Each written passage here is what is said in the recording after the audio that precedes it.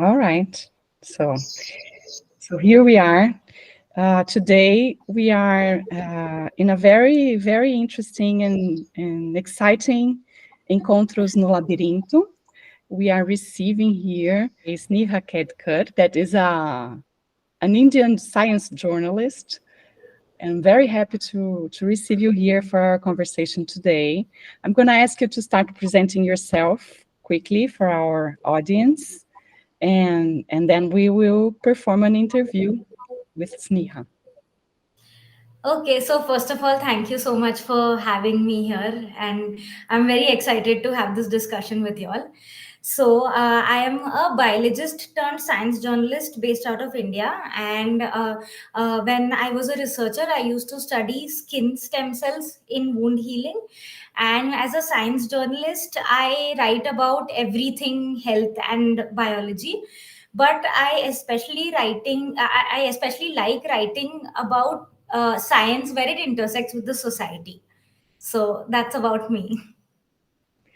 Okay.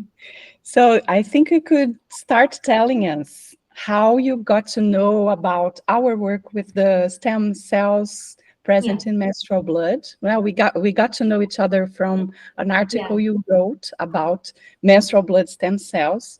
So yeah. from skin stem cells to menstrual blood stem cells, what was your path? So actually, I have endometriosis, and I suffered from the symptoms of that disease for 14 years before I got diagnosed. And aside from the stigma that comes with menstruation being in India, one of the main reasons why it took me so long to get a diagnosis is because there's no reliable non-invasive diagnostic test for endometriosis. So the current standard is, for a formal diagnosis, is that a surgeon performs a surgery and they remove some tissue that they think is endometriosis. They remove that tissue, send it to lab for testing, and that's how they confirm using tests whether it's endometriosis. So it's a very long procedure. So I was reading up more about why there are no non-invasive diagnostic tests, and I came across some blood tests and some salivary tests. And in while reading about those things, I found out that there are stem cells present in menstrual blood, and these stem cells take different shape and form depending on whether somebody has endometriosis or not. So like previous research has shown that people with endometriosis have a certain telltale markers of the disease on their stem cells, which people without endometriosis don't have. So that's how I started reading more about menstrual blood stem cells, which was very intriguing for me because here you have a source of blood that is completely non-invasive. It's very natural, and yet it has not been utilized to make diagnostic tests out of. So I started reading more about menstrual blood stem cell research, and that is how I came across your article about how there is so much disparity between menstrual blood stem cells and bone marrow stem cells when it comes to stem cell research. And bone marrow stem cells, acquiring those stem cells is a very hard and very painful procedure, and in comparison menstrual blood stem cells is something that a lot of people of reproductive age go through every month, and yet it is so underutilized. So that's what brought me to your article, and I found it very intriguing, and that's how I reached out to you. Okay, thanks. We will leave the link to the article as Neha Okay. wrote in the descriptions of the video so that you can access it. Yes. So I guess Clarissa now. The next question is: do you think your experience as an Indian woman living with endometriosis and also as a feminist had influenced your career? And what about your production in scientific journalism? So yeah, definitely. I mean, one of the biggest influences was when I had a surgery, my first surgery for endometriosis. I couldn't go back to lab immediately. So my advisor and I, we decided that I'll sit at home and write some review articles about my topic. And that is kind of how I revisited writing, which was sort of my first love. And I realized that, oh, I like doing this more than I like doing science. So that was a turning point. Somewhere I always knew that I would love to go into writing, but I had not realized just how much I missed writing. So when I was bedridden, recovering from my surgery, and I was writing things about for my thesis and all, I realized that, oh, I do really miss it. And then the doctor told me that being in an environment that is stressful can be bad for your endometriosis. And Indian research is such that there is constant stress, and I am somebody who takes a lot of stress of small things. So that definitely was one of the factors in pushing me to quit research and move towards a writing job. There were a lot of other things as well, but that was one of the factors. Like, it was not the only factor. So that's how I entered the world of science journalism. And I realized that even though I'm from a biological research background, I knew very little about the disease. And I realized that if I know so less, there were so many other people out there who did not know basic biology. And how do you expect them to know about a disease that affects like 100 million people in the world? So that's like 10% of menstruators. That's a very big number. So that pushed me to write about endometriosis, which was my first article, which came out just a couple of months after my first surgery. So that was my first step into the world of science journalism. So, yes, that is how endometriosis influenced my career overall. A question I have for you is, have you encountered challenges in your research and your career as a journalist when addressing topics around menstruation and women's health in India? Can you tell us about them? So yeah, one thing about me is I do come from a very privileged background where I have very supportive parents, a really supportive sister, and a very supportive partner. So I didn't face as many taboos in my journalism career. The more number of taboos that I faced were during my diagnosis, because in India, menstruation is considered a taboo. So I never discussed about my period pain with anybody else. I would see my sister, and she would never suffer from such pain, and I would just think, oh, maybe I am unlucky, and that's about it. I never gave it a second thought. Only when I grew up and I started discussing more about how much pain I am in is when I realized that this is not the norm, it's an exception. So that was the first step to me realizing. I think that in itself took some 10 years. And then I started seeing doctors. And again, like in many other countries, in India, women's bodies are considered only important for reproduction. So at the age of 20, the doctor started telling me to have children, which just in my mind sounded very ridiculous, because that was not a solution ever. So yeah, so that was my second hindrance in getting a diagnosis, because of the taboos about menstruation. So yeah, in my career, I would say I have in fact had a very good experience, because menstruators, women especially, are now realizing that we need to speak up about these things. And although they do initially hesitate in discussing their personal details, if I can guarantee them that they can remain anonymous if they tell me their experience, they are ready to come forward. So I think it is the taboo is there, but among menstruators now, they are realizing the need to speak up. And even though it's anonymous, it is happening. So it's slow, but it's definitely happening. You said there are many femtechs in India. Yes. Could you tell us a little bit more about the policies that promote gender equality in companies and Yeah. institutions? Are there any structures like menstrual leave, for instance? How effective are they? How is this related to menstruation as well? There are only a couple of states that offer menstrual leaves, but there are quite a few private companies that do offer menstrual leaves for, I think, up to 2 days in a month. But at the same time, there was a petition last year in the Supreme Court of India, which was so the Supreme Court said that menstrual leave is a policy matter, so we cannot comment on it. But at the same time, there have been arguments that having a menstrual leave policy will open doors for discriminating against hiring menstruators. And there are a lot of even lawyers arguing that the onus should not be on women to not get discriminated against. And the current policies that are in place for men, and we shouldn't have to adhere to those norms. So there is some change happening. It's slow, but it is happening. At least there are discussions about it, which in a place like India I think is a very big deal. But when it comes to things like parental leave, India is one of the few countries that actually has a full 6-month paid maternity leave.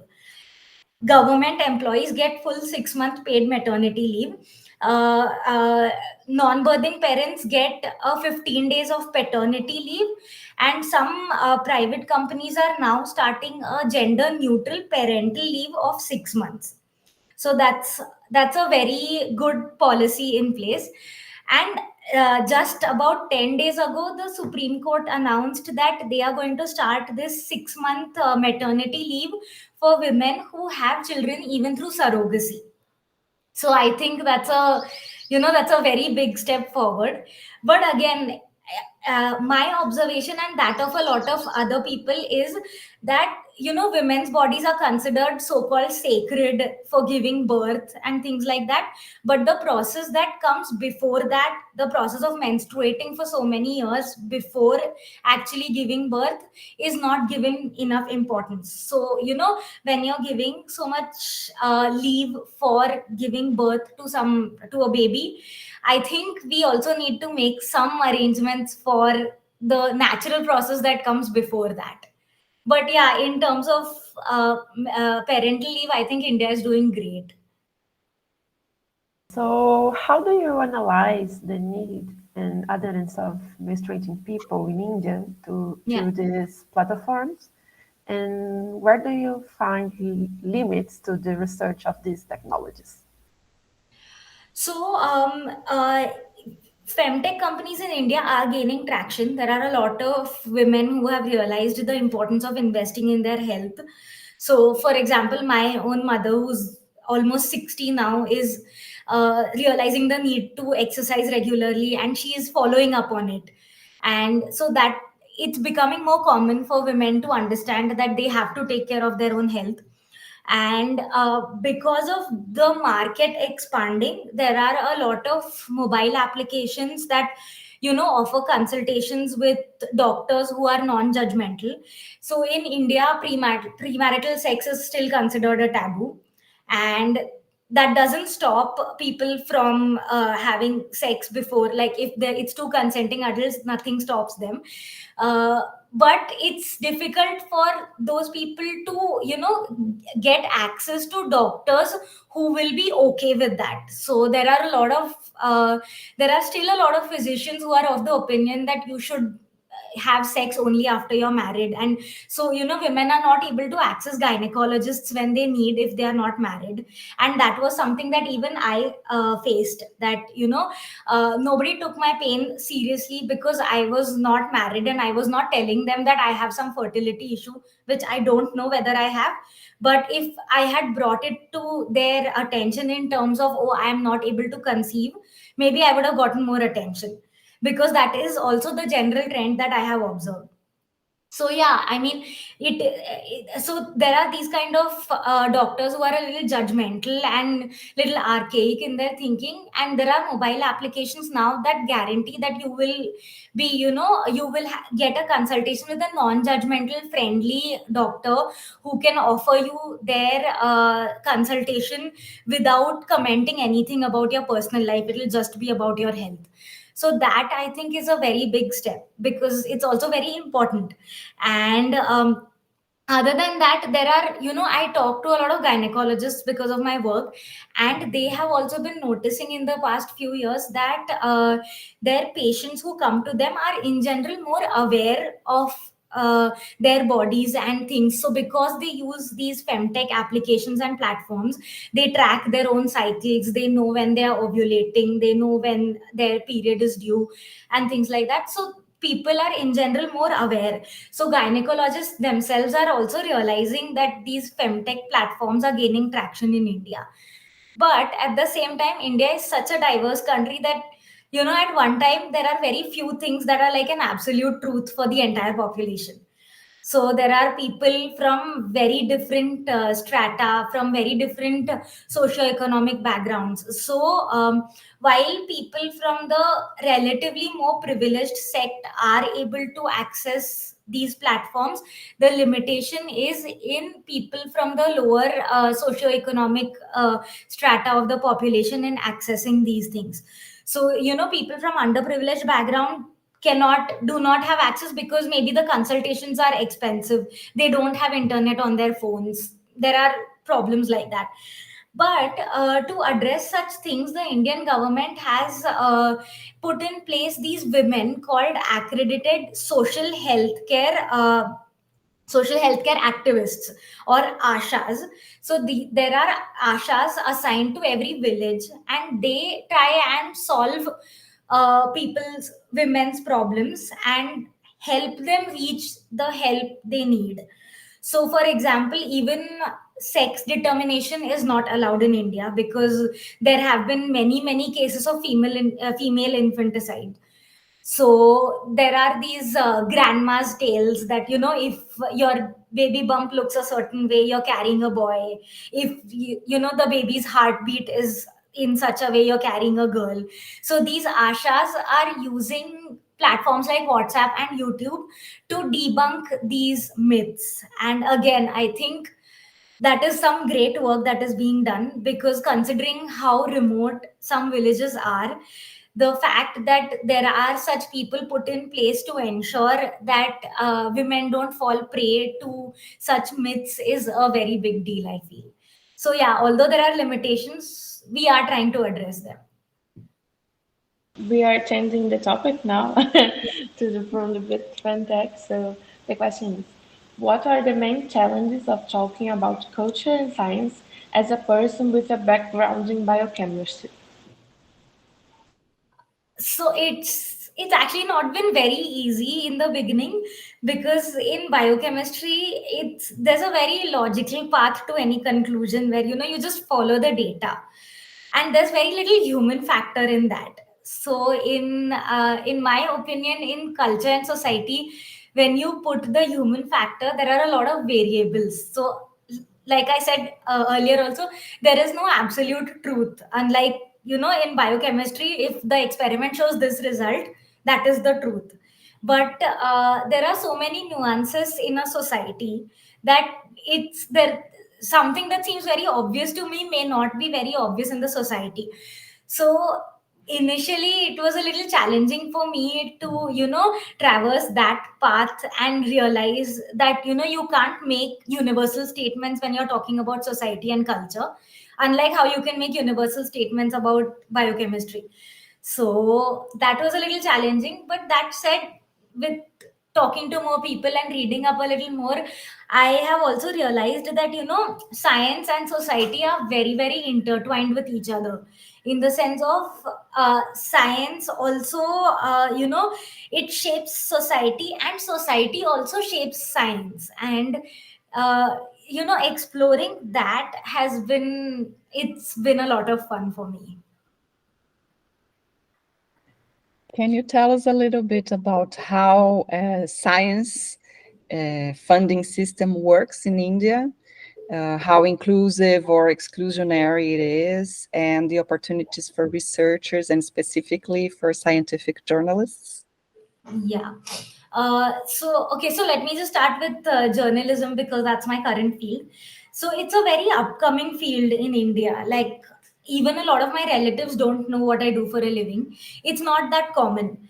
And there are also a few older scientists who don't feel the need to communicate their research. So that is a challenge at times. But increasingly, the trend is that scientists are realizing why we need to speak about science to lay people, and they are very enthusiastic about it. So a lot of new researchers, lab web pages have an entire section dedicated to outreach, which is very encouraging, because I feel with time scientists are also realizing that it's you can't build an ivory tower, because ultimately you're using the public's taxes to do your research. So if nothing, they deserve to know where their money is going, and which is also what an aspect of science journalism that I was very intrigued by, because a lot of people ask me, why do people need to know what's happening in science? How many people actually tell other people not from their field what they do in their day-to-day life? So why do scientists need to do that? And then it's been very interesting navigating those kind of conversations, and telling them that, oh, but did you know that your money is what got these results in the first place? And then making them realize the importance of talking about science. And another thing I feel is that COVID shaped a lot of these things, because during COVID times, I got a lot of calls from my relatives asking me to explain what was happening, because I'm from a biochemistry background. So I think during the pandemic, when people were panicking about what is happening, they realized why they need to, have somebody who can explain them the complicated science in very simple terms. So I think in that sense, COVID was a very important aspect of shaping science journalism in India. And I think after COVID, scientists themselves have realized that talking about science can help shape scientific temper. So there are still a lot of people who believe in pseudoscience, and uh, on WhatsApp there are a lot of conversations of just do this, you will be fine. And I have also had to debunk a lot of such things with my family, that that's not how it works. So I think building that scientific temperament, the importance of that was understood during COVID, when people kept asking, why do we have to mask up, or why do we have to take vaccines? And sometimes they had to be told, just do what the scientists are telling you to do, we will explain later.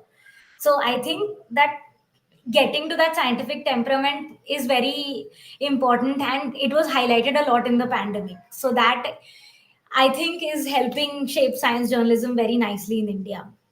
I mean, not to say there are no people who don't follow pseudoscience. There are still there will always be people who do that, but it's just increasingly people are realizing the importance of talking about science. So, and then now coming to the funding part of research, a lot of researchers largely rely on money from government grants. But the problem is, so sometimes they also rely on private funding, especially because the government gives you grants, but the money takes a lot of time to come, which I think is a common problem in a lot of countries, that sometimes you just don't end up receiving money for months together. And that not just affects the science, but also affects the workforce, because these are the grants that are also going to pay the fellowships of research fellows, graduate students, postdoctoral fellows, everything. So, and you can't do good science when you're doubting where your next meal is going to come from. So I think that is a very big problem in Indian funding right now. And that, in it's universally acknowledged in India, that that creates a very exclusionary atmosphere for people from non underprivileged backgrounds, because there are some people who can live with an irregular income because they have familial support, or they have some other means of income or whatever. But there are also a lot of people who need to feed not just themselves but also their family. So I have had a lot of friends who are graduate students whose parents are farmers or not from a privileged background, and had the they have had this doubt of, oh, but will I be able to sustain my family next month? And that affects their process of doing science, obviously. So that creates an exclusionary atmosphere. And in India, it's not just and economic strata. So in India, the socio-economic background goes hand in hand with caste. So, these so called higher caste people are usually the people who come from privileged backgrounds because they have not had to fight as hard. They have had grandfathers who went to college, for example. Whereas there are people who are from these so called lower castes who are probably the first generation even attending high school. So the this thing of caste, gender, and socioeconomic aspect wise, I think these funding delays create a very exclusionary atmosphere, which which makes science become populated by a certain class of people, and that just it keeps getting worse in my opinion. But to address that, the government has put in place these reservation systems based on caste, based on gender. There are some fellowships or some grants which are offered exclusively, like only female applicants are allowed to apply for it. So those some of those things are really good. But yeah, that said, it's given the population number, it is still a challenge. It's very similar in Brazil. A lot of things Yeah, we I have in did common. expect that. Yeah. So the next question is: you won an award of your work on representation of marginalized women in STEAM in India. Yeah, And can you tell us more about this initiative, the yeah, stories that you cover, and how these inequalities affect the scientific community? yeah. So this initiative is called Rukhmabai Initiative, and they give fellowships every year. They give a grant of a substantial amount to discuss people from marginalized genders in Indian STEM. And this Rukhmabai initiative is named after Rukhmabai, who was a feminist icon in the 19th century. And she fought against all odds with the Britishers as well. And she became a doctor eventually, which was a big deal for a woman to become a doctor in the 19th century in India. And so her grit and determination are an inspiration for a lot of young people today pursuing science. And that legacy is what the initiative celebrates. And that so the initiative wants to talk about other people who have had to fight with the society or with their own families and achieve their dreams in the field of science. So one of the stories I covered was of a woman scientist who battled very severe health issues, which sort of stopped her from pursuing PhD at one time. And she battled these severe health issues to become a scientist in a company, and ultimately she delivered India's first COVID-19 testing kit just a few weeks into the pandemic, which was an achievement in itself. Like in March 2020, her company, she was the lead scientist in that project. And not just that, but she delivered this kit just a few hours after delivering a baby through C-section, and it was a high risk pregnancy.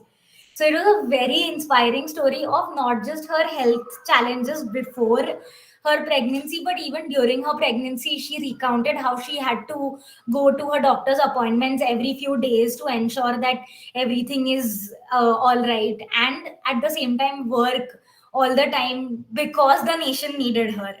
So that was very inspiring. Then another story that I wrote about was about a doctor who uses the social media platform Instagram to debunk myths about sexual and reproductive health.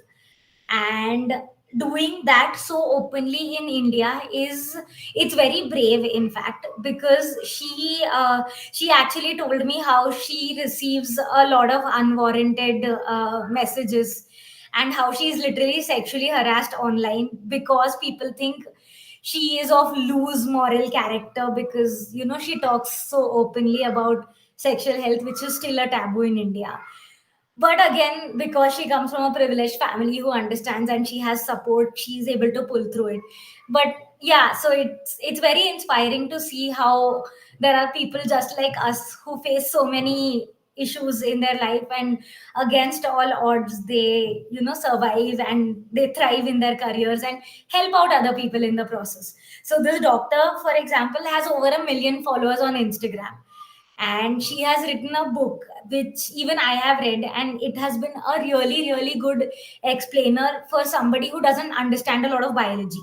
So she's actually in a way helping people a lot. And then another story I wrote was about how when we speak about representation in STEM, it's not just about representation in the workforce, it's also about representation in terms of biological models. So the cells that we take for experimenting, do they come from male subjects or female subjects? Do we use male animals or female animals for testing, or do we use both? Because ideally we should be using both, because of a lot of disproportionate research happening only in male biological systems. Women suffer from, for example, they have different symptoms of heart attacks, and it's difficult for people to diagnose heart attacks because women show such different symptoms, and a lot of their symptoms are ignored and they are just written off as an anxiety or panic attack. So when we talk about representation in STEM, I think we also should include the representation of different sexes in preclinical and clinical studies, because researchers have this responsibility that the research that they are doing could one day translate into medicines for real people.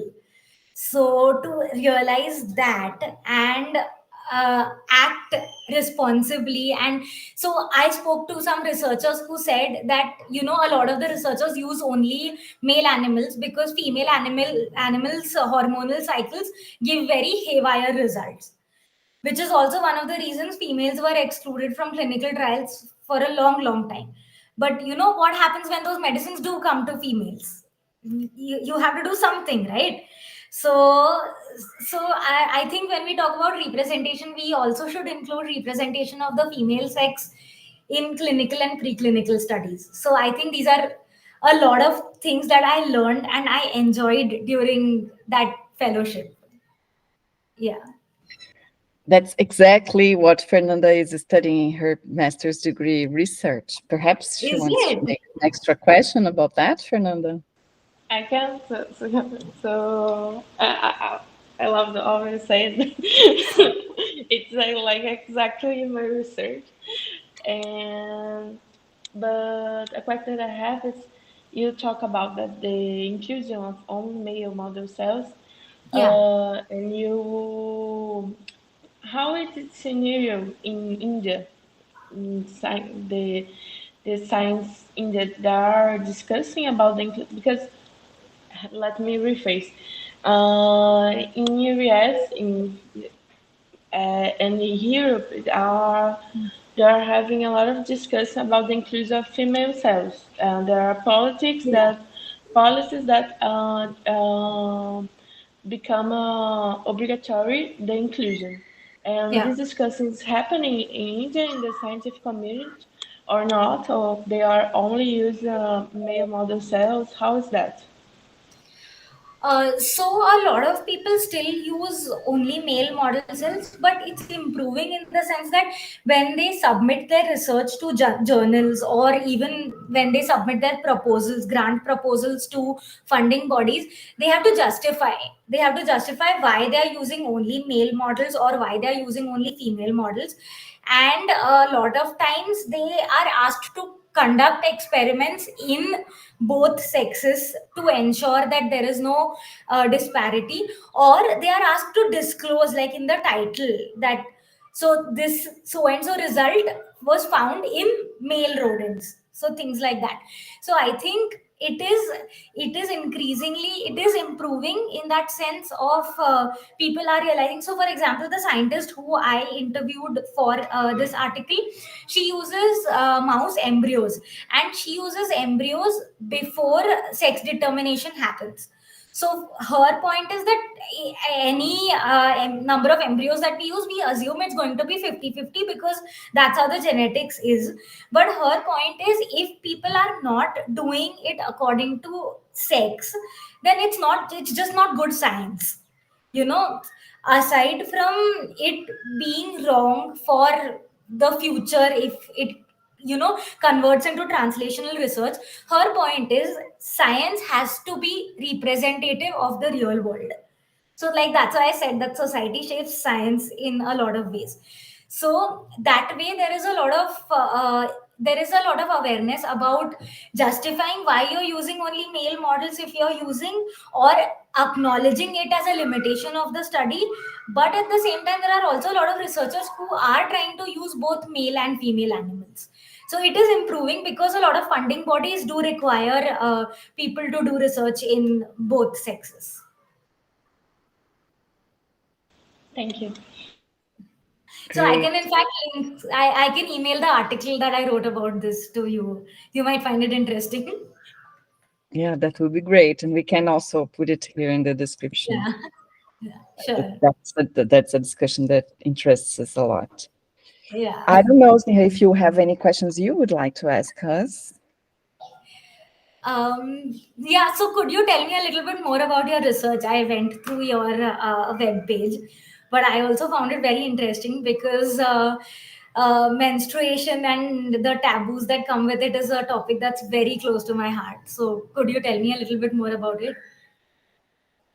Yes, well, I worked with menstruation for a long, long time since when I was finishing the undergraduate course. And I also had endometriosis. Our stories are very, very alike, but it was in the 2000.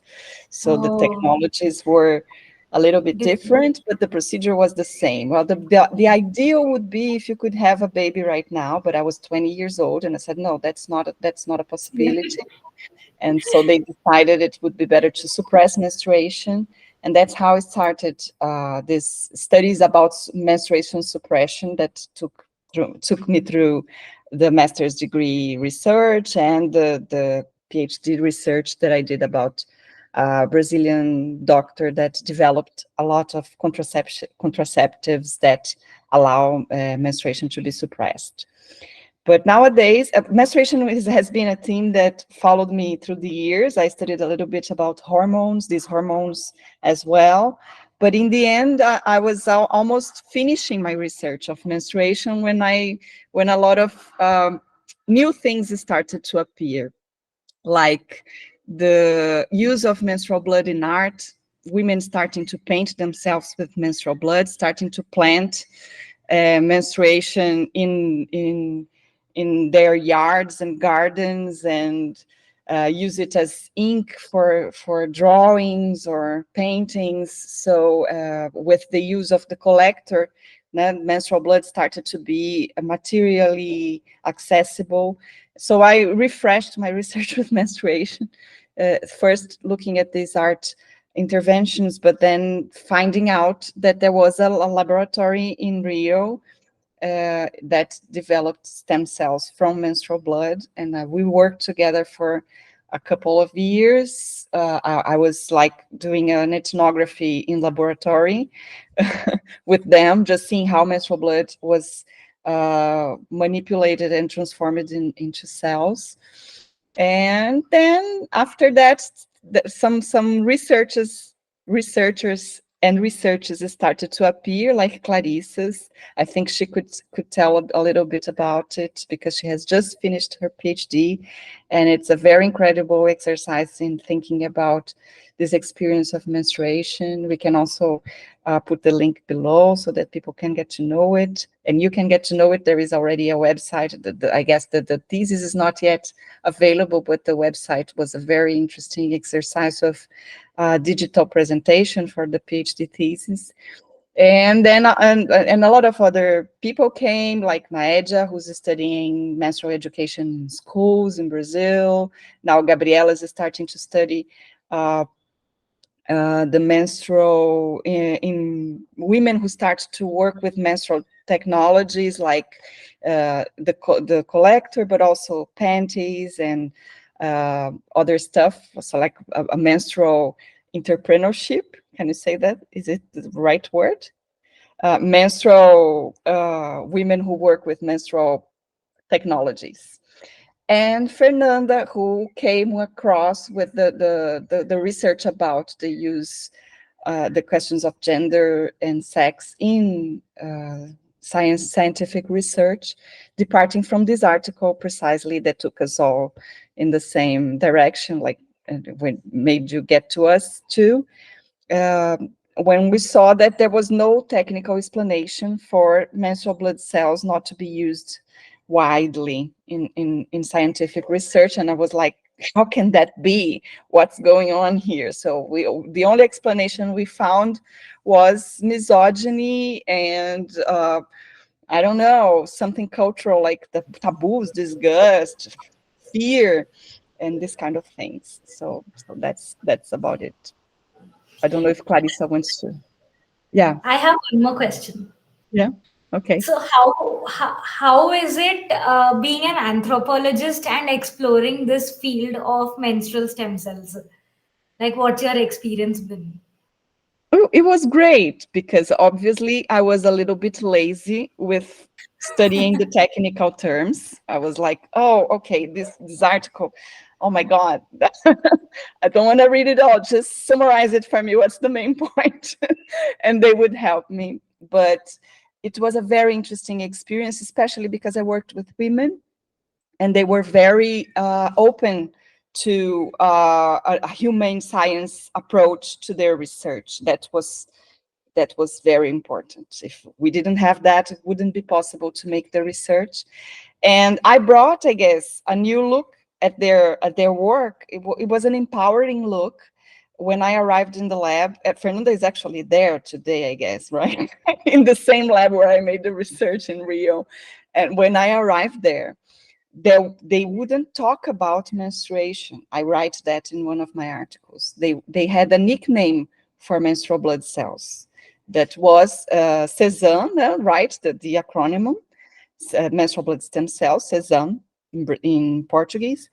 And they had this células do Chico, because Chico is a word we use for menstruation, is a nickname we use for menstruation in Brazil.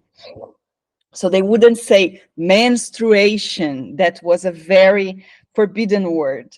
And after we started the research, I guess when they feel empowered and they saw that there was something weird about their research that didn't have to do with the quality of the research and the questions they had to develop, but it had to do with what other people were thinking and how menstruation was being undervalued there. So I guess that there was a little bit of a result inside the lab and the researchers that was very, very stimulating for me. I don't know if Clarissa and Fernanda want to say a little bit about their researches before we get to the last question, or do you have another one? No, I would love to hear them speak. So I don't know exactly how I came to research menstruation.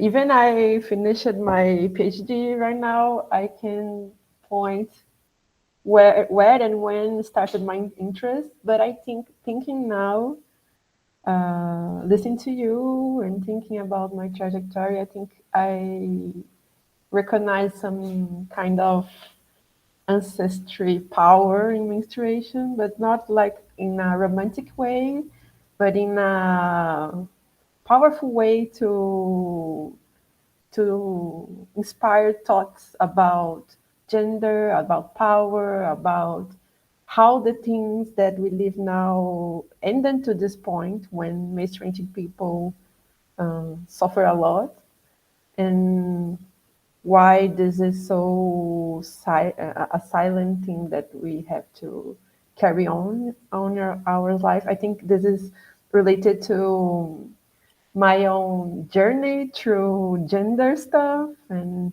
thinking about my gender, thinking about the things that I passed through. And I know that the only way that I found some kind of cure and care about my own things was sharing this with other menstruating people, women, and non-binary people, trans people, share my own problems and listen to the other problems and open up my view of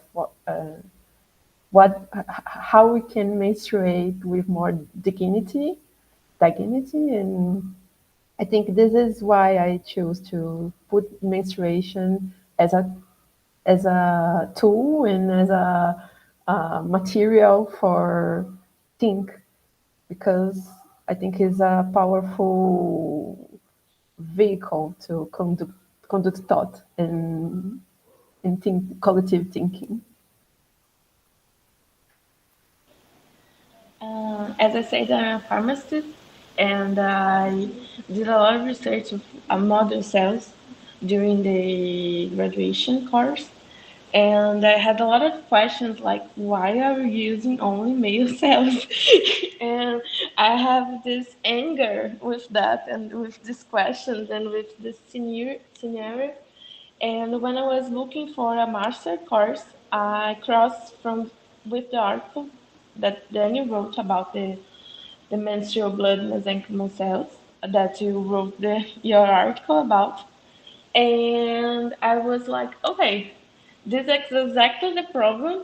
This is a cell that it's seen as feminine, and so they can use as a model, but the masculine cell, it's a universal. So I started the research with that idea, discussing that, and bringing sex and gender questions with stem cell research in general.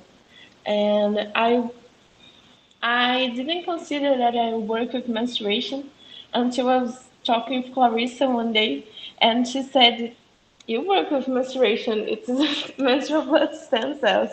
And then I started to looking how menstruation is appearing in these articles too, and in stem cell research in general, and in this model that experiments.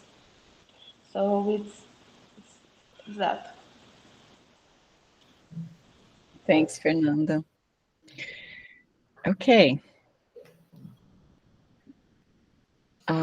So we go to the last question. I think I'm going to ask you about Brazil and India. I don't know how much you know about Brazil. In your answers, we found out that there are many common things. There is a proximity that passes through many things. So I would ask you about what kind of possibilities do you see for partnerships between Brazil and India in research, in scientific research? What do you think can bring us closest, and what are our differences as well? From what you told me, I think we have similar problems of funding. But I think, we also have a lot of talented workforce who, very honestly, I feel like maybe if I had gone abroad for my PhD, I would have finished my PhD instead of, I was doing a PhD, but I left it in my fourth year because there were a lot of problems added to my own health problems.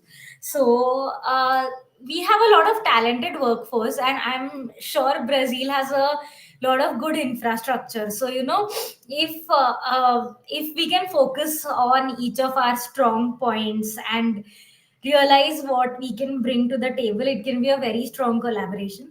But again, I'm not a researcher, so I don't know. It's just a theoretical thing in my mind. But I think what brings us together is that we have to rely sometimes on private funds, because government funds don't come in at time. But at the same time, I think what distances us the most is, I looked up, and Brazil has a population of about 200 million people, right? In contrast, India has a population of 1.4 billion. So so while we acknowledge that there is not enough resource allocation for science, there is also some people also realize that it is because there are so many other problems as well that the government needs to address. I mean, I am definitely not saying science is not important. I am just saying that, there are other issues that the government needs to address in a population of 1.4 billion, that science sometimes takes a backseat. So I think that is the thing that makes us the most different, is the population size and the challenges that come with it. It's seven Brazils in India. So Yes. a very big difference. Yeah. So from whatever I have told you, what do you think about the collaboration opportunities between Brazil and India? I think we have a similar experience of being apart from the places where science is more hegemonically produced. So in Brazil, we have an extra effort that is this of speaking a second language, which is the English, or speaking very badly this second language. So I think we stay in the same place of being apart from the center. And when we see what the way that science is taking in this century and in this decade, and when we see that it's being very expensive to publish, very, very expensive to publish, and people consider that these are the magazines where the scientific production can be reliable. I think that the way that puts us in a position where we will very soon not be able to participate in science conversation anymore, because it's a scandal, the prices of publication. Yeah. Of course, here in Brazil, I think we have a public structure that is well set, but that depends on the government to put resources in this structure that exists. We have just had six years of defunding science, destroying science, and that made an impact in our production. So I think that's somehow how we face similar problems. And I also think that from a feminist perspective, we live in countries that are not as liberal as the northern countries. So liberal feminist is not as well developed. So that makes us a little bit different in how we put women in science and we value women in science, because we also have I'm just right now addressing problems as misogyny and racism, a lot of social problems that are happening inside the institution, and we have to give them a proper question. So that puts us an extra layer of work. I know that northern countries have already settled structures for dealing with this problem, but here I think it's more difficult because it's a very different culture, and women are in a very lower position, and even lower position here. So it's a double battle we have. Oh, I'm sorry. It's a double battle we have. Okay. So, on that note, aside from the misogyny and the taboo, especially when it comes to menstruation, there is also a religious aspect in India. I don't know if that's true in Brazil, but I know so many families that, demand that when people are menstruating, they sleep on a separate mattress, they do not enter the kitchen, they do certain things, they don't touch anybody else in the house, they have a separate set of bed sheets and things like that. So that is also, it's one step backward. I feel like, aside from the general misogyny, it's very deep rooted in a lot of people's minds that this is what religion tells us to do. And unfortunately, a lot of people place so much importance on religion that the logical arguments take a backseat. So I have had these discussions of, oh, do you go into the kitchen when you're menstruating? And I'm like, I live alone. Who else is going to cook for me? So, things like that. So that one aspect is also there, and I think that is a very deciding factor in why there are so many challenges for feminists to overcome about menstruation in India.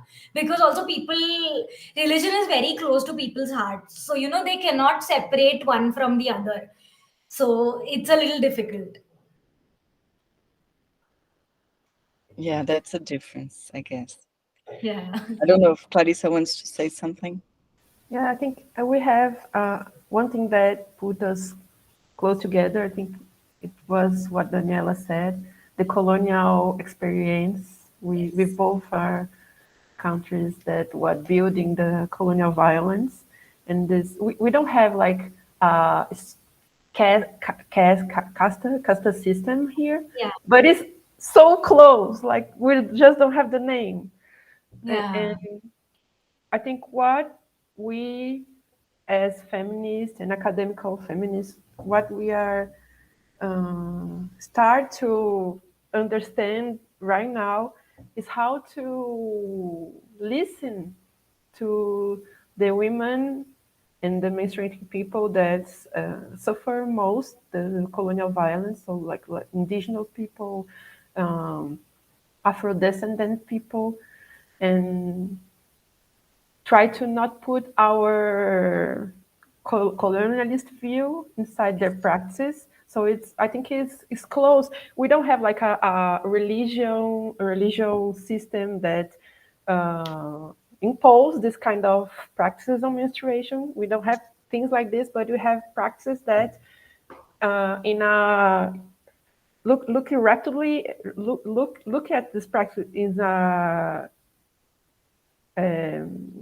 superficial way. We can think as a violence, but listen to the indigenous women, for example, they they they don't go to the kitchen too when they get the period, and they don't work. They stay like in the houses. When we approach them to ask why, they are saying to us that this is care, this is not violence. So they are not working because they have to rest. And they think that we are obligated to cook and work. It's a violence. So it's a encounter of worlds. And we are trying to understand this right now, how we can be fair with them and look to ourselves in a more critical way.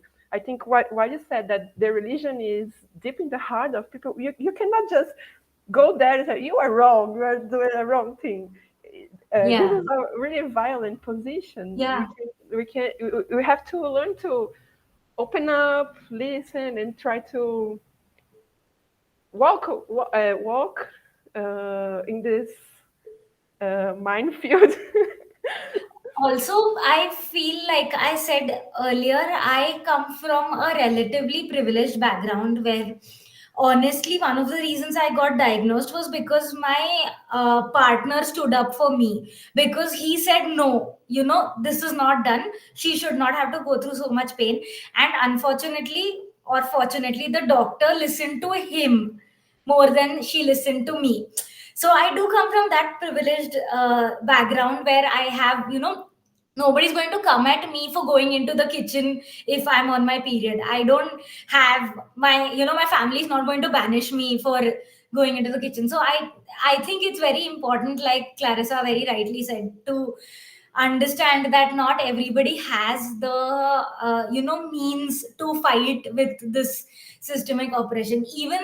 Even getting a diagnosis or a surgery, it is really expensive. I don't know about Brazil, but at least in India, the surgery cost is very high. And luckily for me, I had insurance which covered for it. Even if I didn't have insurance, it's not like my family would not have been able to pay for the surgery. But that is also something that we have to realize, that not everybody has the resources that we have. And I think one of the things I would love to do through my work is make it easier for people coming after me. in one way or the other. I don't know how, but I would love to do it. That's great and very beautiful. I hope you succeed. I think Thank you. the kind of work you do is already opening up space for discussion and making it visible, and that's something very important to be made. So after I wrote a couple of articles on endometriosis, I know at least two people who, went and saw their practitioners and got diagnosed with endometriosis and got the help they needed. So yeah, hopefully. Great. So I would like to thank you very much for your time and your disposition in talking to us and answering our questions and recording this video that will go to the world, to Brazilian and Indian audience and whoever may be interested in discussing menstruation and science journalism. That is the 2 points that connects us. So thank you very much, Sneha. Thank And you I so hope much for having me. It was a very, very fun discussion. I had a lot of fun. So yeah, thank you. Thank you so much. All right. Bye bye.